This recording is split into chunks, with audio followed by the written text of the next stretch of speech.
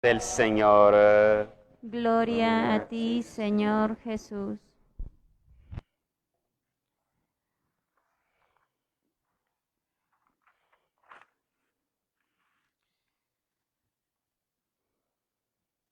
Poco a poco estamos acercándonos al final de este año litúrgico. El Evangelio que acabamos de escuchar empieza el último discurso de Jesús, llamando discurso apocalíptico. Es un largo discurso que será el asunto de los evangelios de los próximos días hasta el final de esta semana del año litúrgico A. Oyendo cómo algunas personas hablaban del templo, de cómo estaba adornado de bellas piedras y ofrendas votivas, Jesús responde anunciando la destrucción total del templo. De todo lo que ustedes contemplan un día, no quedará piedra sobre piedra, todo será destruido. Al oír este comentario de Jesús, los oyentes se preguntan, Maestro, ¿cuándo sucederá eso? ¿Y cuál será la señal de que todas estas cosas están para ocurrir? Ellos quieren más información. Jesús empieza su respuesta con una advertencia. Tengan cuidado, no se dejen engañar.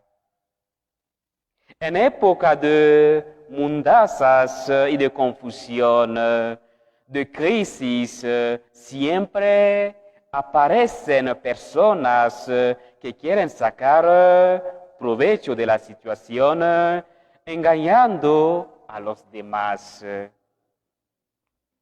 Jesús es consciente de la fragilidad de nuestra fe y cómo fácilmente podemos dejarnos arrastrar por sueños que prometen una felicidad fácil. Son engaños para sustituir a Dios por cualquier ídolo de barro. Jesús nos previene y aconseja no dejarnos arrastrar por promesas vacías.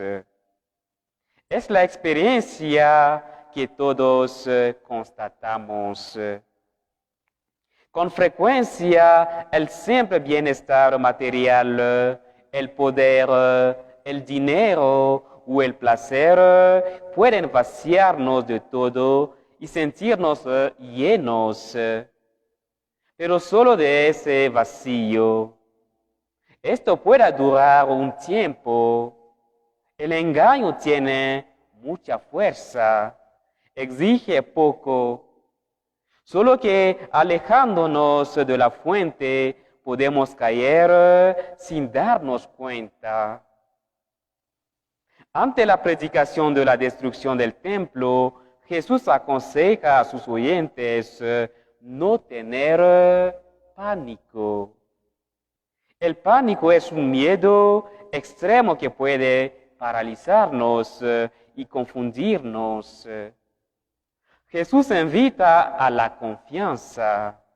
Ante lo que puede suceder, es preciso mantener la calma y no dejarnos aplastar por el puro sentimiento.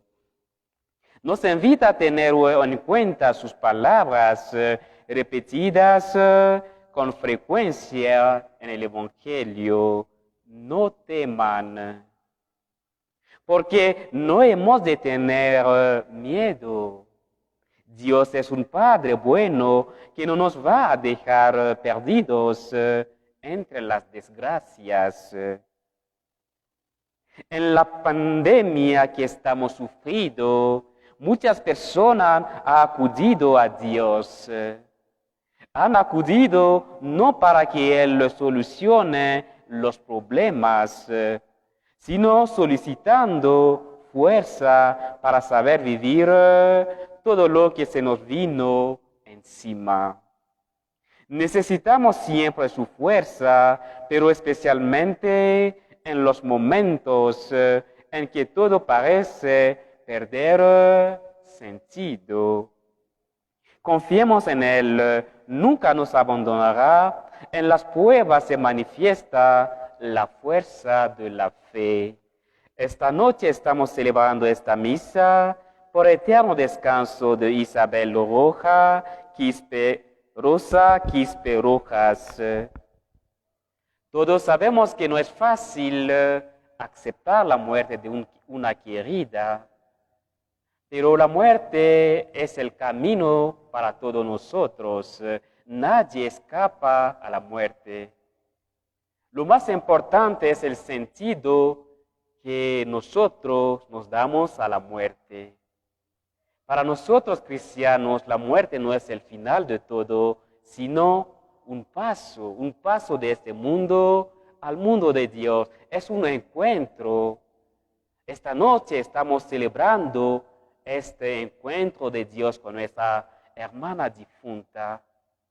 Que el Señor acoja en su casa de los cielos a nuestra hermana difunta Rosa. Amén. Amén.